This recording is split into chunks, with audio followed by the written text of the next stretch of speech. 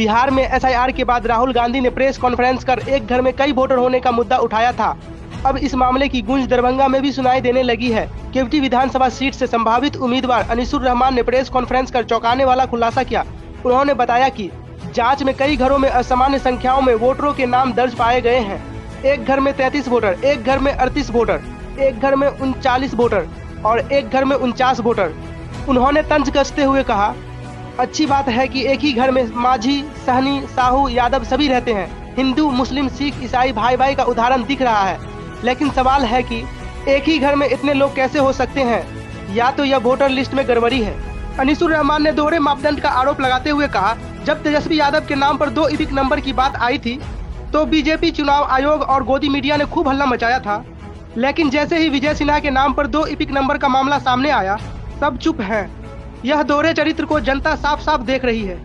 सबसे पहले आप सभी पत्रकार बंधुओं का मैं आपका स्वागत करता हूं और शुक्रगुजार हूं कि आप लोगों ने जो यहाँ पर प्रेस कॉन्फ्रेंस के लिए आए।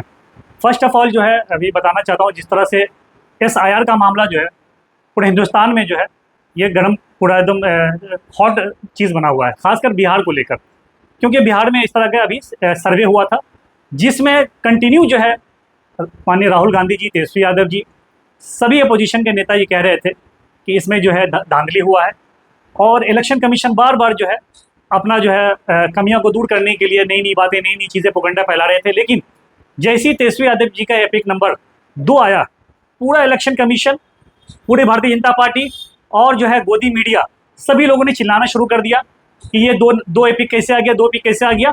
लेकिन आज विजय सिन्हा जी का जब 2 एपिक नंबर आया है तो सबसे पहले इलेक्शन कमीशन वो शांत बैठी हुई है, गोदी मीडिया शांत बैठी हुई है और भारतीय जनता पार्टी वो शांत बैठी हुई है। कहीं ना कहीं ये पूरी बिहार की जनता, हिंदुस्तान की जनता जो देख रही है ये दोहरी चरित्र, ये कहीं ना कहीं जो है आवाम को समझ में आ रहा है ये चीज़ें। सबसे पहले तो मैं आपको बताना चाहता हूँ कि जो हमारा जो विधानसभा है, केवटी विधानसभा, मैं एक एक बूथ का जो है निरीक्षण कर रहा था, एक एक बूथ को मैं चेक करवा रहा हूँ। अभी रिसेंटली जो है बूथ संख्या 214 में पंचायत ननौरा, इसमें मकान नंबर गृह संख्या 1 एक ऐसा गृह संख्या है जिसमें एक घर में 49 लोग रह रहे हैं। कितना? 49 लोग रह रहे हैं। और हिंदू, मुस्लिम, सिख, ईसाई हम लोग सुना करते थे, उसका एक बहुत बड़ा एग्जाम्पल जो है मुझे यहाँ भी देखने को मिला कि एक ही घर में माझी भी रह रहे हैं, एक ही घर में सहनी भी रह रहे हैं, एक ही घर में साहू भी रह रहे हैं, एक ही घर में यादव भी रह रहे हैं। ये 4 प्रकार के जो है अलग अलग जो है लोग एक घर में रह रहे हैं।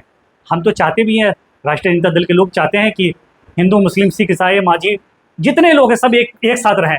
लेकिन ये तो राजनीति है बीजेपी की, ये लोग तो एक साथ रहने तो नहीं देते हैं। लेकिन आपको जो है इलेक्शन कमीशन का जो भी आया है एसआईआर के बाद जो है लिस्ट, मैं आपको प्रोवाइड करूंगा और आप दिखाएंगे जो जनता को कि ये इलेक्शन कमीशन जो है कितना बड़ा घोटाला कर रही है। यही नहीं, मैं आपको बताना चाहता हूँ कि अलग अलग ये बूथ नंबर 2 में 33 लोग रह रहे हैं, गृह संख्या 3 में 38 लोग रह रहे हैं, गृह संख्या 4 में 39 लोग रह रहे हैं। मतलब यह है कि इतनी बड़ी जनसंख्या में एक एक घर में 40, 45, 49, 49, 50 लोग रह रहे हैं।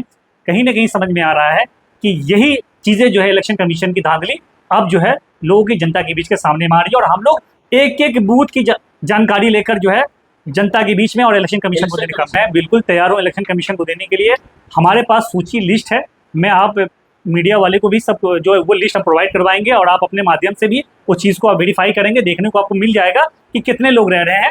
ये कोई मतलब देखिए, आजकल डिजिटल इंडिया है और मोदी जी का जो है ड्रीम प्रोजेक्ट है भाई कि हमको हिंदुस्तान को डिजिटल इंडिया बनाना है।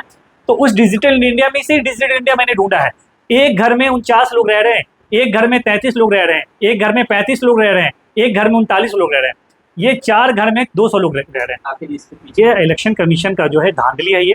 और राहुल गांधी जी, तेजस्वी यादव जी, सभी लोग आज जो है जब इस पर आवाज़ उठाए तो आज इन लोगों को जेल में डालने का काम किया। इलेक्शन कमीशन हो या मोदी सरकार हो, जब भी इनको लगता है कि अब मैं घिरा रहा हूँ तो पुलिस को आगे सामने करती है, ईडी को, सीबीआई को, इस तरह की चीज़ से लोगों को डराना चाहती है। लेकिन तेजस्वी यादव जी, राहुल गांधी जी, अखिलेश जी कभी डरने वाले लोगों में से नहीं है और ये सच्चाई सामने आएगी और इस चुनाव में भी लोगों को जनता के सामने नजर आएगी। न हम तो हैं, लेकिन यदि अगर मेरे समाज के लोग, मेरा ही आदमी यदि अगर कट रहा है, तो यदि अगर किसी का दुख है तो इंशाअल्लाह ताला मुझे भी दुख है। यदि अगर इसमें सुधार, यदि अगर ये वर्तमान सरकार अगर नहीं ली तो इसके लिए हमारे नेता आदरणीय तेजस्वी यादव, अखिलेश यादव, आपको राहुल गांधी, ये तमाम हमारे इंडिया गठबंधन के घटक दल बड़ी मजबूती से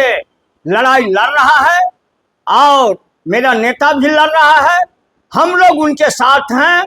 बड़ी मजबूती से हम लोग इस बात को बर्दाश्त करने के लिए हम लोग चुप नहीं बैठेंगे घर में, इसलिए कि हम लोगों के यदि अगर रोड पर आना पड़ेगा इस सुधार के लिए, जब तक सुधार नहीं होगा, चाहे इलेक्शन कमीशन के मामला हो या वर्तमान सरकार के, बिहार सरकार से लेके केंद्र सरकार तक की मामला हो, जब तक सुधार नहीं होगा तब तक हम लोग जो है से चुप बैठने का काम नहीं करेंगे।